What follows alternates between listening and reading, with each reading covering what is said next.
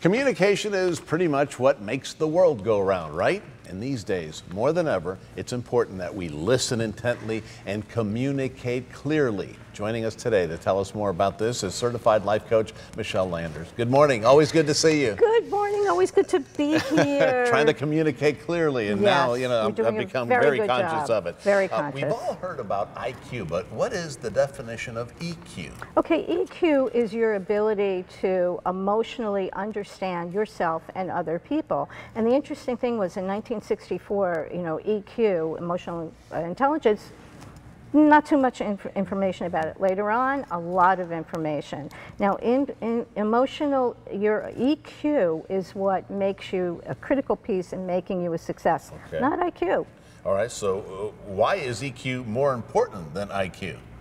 Well, here's a really good example. I don't know if we have a visual for that, but like if you have a high IQ, you would be a great computer programmer. But if you add your EQ to that, well, you just became Bill Gates. So that's the difference. Let's work on the EQ. All right, so give us some examples of low EQ and high EQ. Well, that is one really good example, and it separates others, people who are leaders, people who you might have a great skill that you know. However, if you have an EQ, which is your ability to understand not only your emotions, but others' emotions, it puts you way ahead of the pack, which is something that we all need these days, is to learn how to communicate a little bit better. You're right, because I mean, some people are very smart, but they miss the boat, in communicating or in having what people call, street smarts or whatever. Exactly. I was going to say that. Sometimes we do call it street smarts.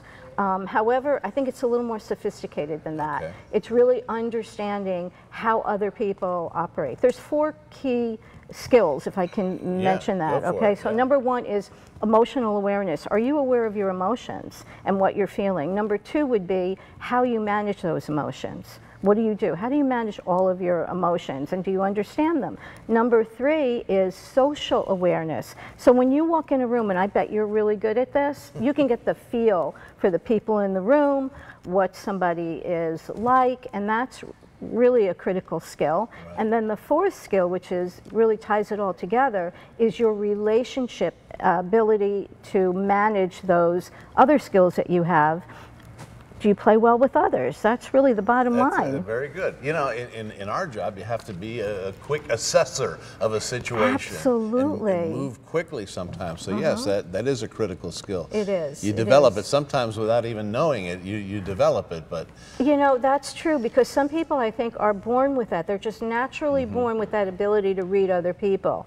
However, it is a skill that you can develop. How do you do that? Well, there's 3 tips. There's really a lot of other tips, and I offer classes and workshops on how to develop your emotional skill. But one tip is figure out what your emotions are. Sometimes you're angry. Maybe you're not really angry. Maybe you feel guilty. Maybe you feel shame. Start to tune in to your emotions. The second one is learn how to pay attention to how you behave. Are you a knee-jerk reactor in life, or can you manage your emotions a little bit better? And number 3, become a good listener. Listen to understand, not to react. Okay, so if people want to learn more about this, how do they get in touch? Well, they can get in touch with me by emailing me at Michele Landers, and that's Michele with 1 L, michelelanders@bellsouth.net, or they can call me at 954-444-6955, and I think